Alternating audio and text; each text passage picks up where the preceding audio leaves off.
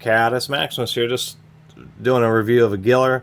This is American made. This is actually a New Britain rebranded. Giller is not a tool brand that I've run into very much, but apparently they were real big on government contracts and supplying tools to the military. But this is a CS43. I've done reviews of Huskies. So it's just New Britain putting a different name. This is Giller, I think, may have been associated with Thorson Tools, but of course, here's the Husky, CF43. I mean, if we look at this, this one says 15, this one says 37, but you always kind of know the New Britain design, particularly because of the two patent numbers. But anyway, here's a Husky with the same part number. Same patents on this Mustang. This is actually an MS43. Anyway, New Britain was super dominant and being a contract manufacturer back in the 60s, 70s, I guess, through 80s. They were making everybody. They made ratchets for Mac, pretty much everybody. Ratchet design is known as the Kilness ratchet design. Really famous ratchet design. This one's really sticky. I mean, you can even barely hear it ratcheting. It has so much gunk in there. And it's slipping. Very rarely will you run into it slipping, but this one is just so gunked up that come on now, if we can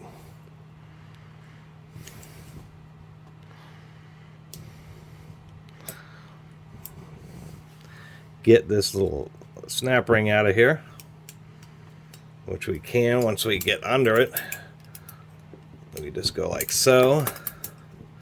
Jeez. Yeah. I wonder if we can tell why it's slipping.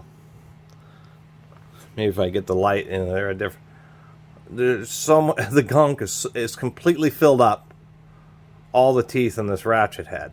Look at that. It was surprising it was able to catch it all. I'll spend a moment with the pick here. Anyway, oh wow.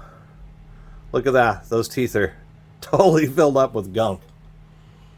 Super reputable ratchet design. This was still catching in many areas, and although it was slipping, but you have to see how bad one of these gets in order for it to slip. Really just a famous design. Just because this pawl is kind of floating, we can see it's just engaging on a huge amount of teeth, like 10 teeth there.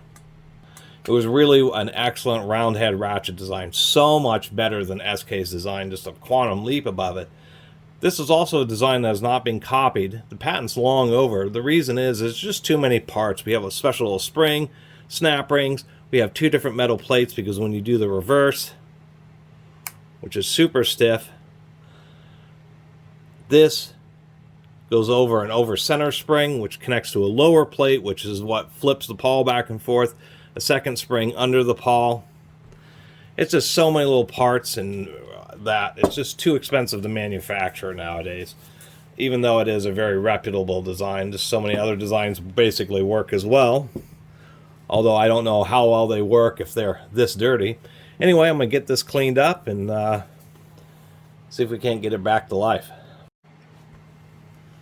Alright, got this looking a lot better.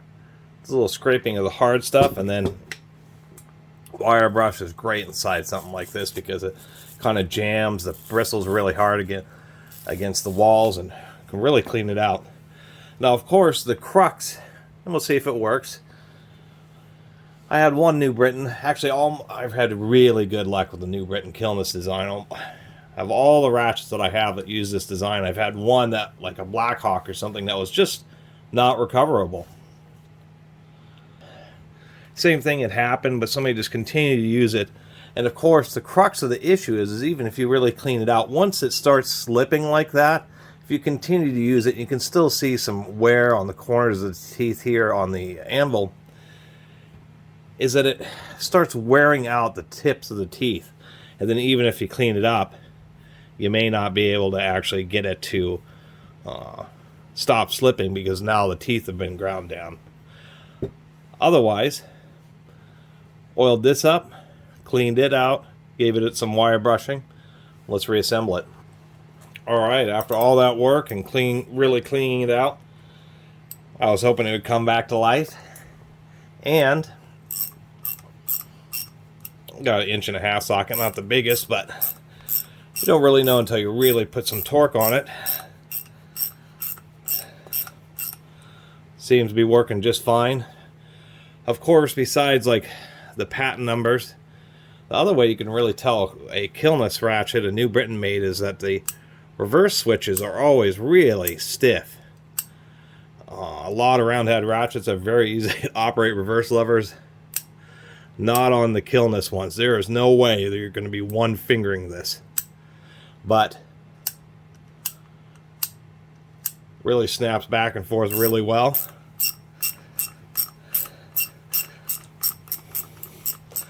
The other nice thing about the Kilness is because of how wide that pawl is. I mean, this is like a 60-tooth ratchet.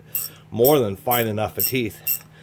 As far as I can tell, was certainly able to bring this one back to life. Getting all that crud out there is allowing the teeth to properly engage. And I'm not going to use this every day, but certainly seems that I've restored it.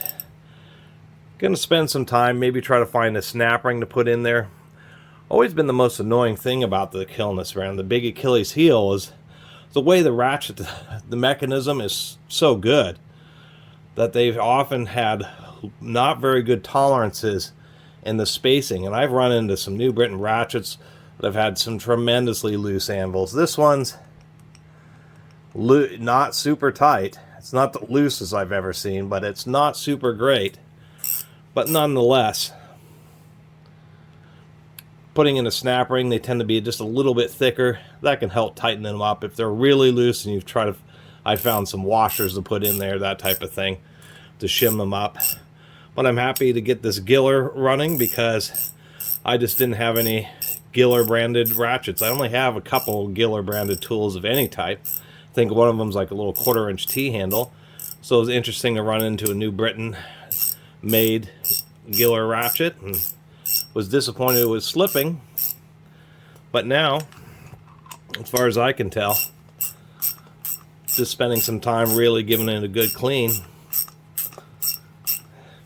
seems to have brought it back to life. Anyway, really appreciate everybody's been watching. See you next time.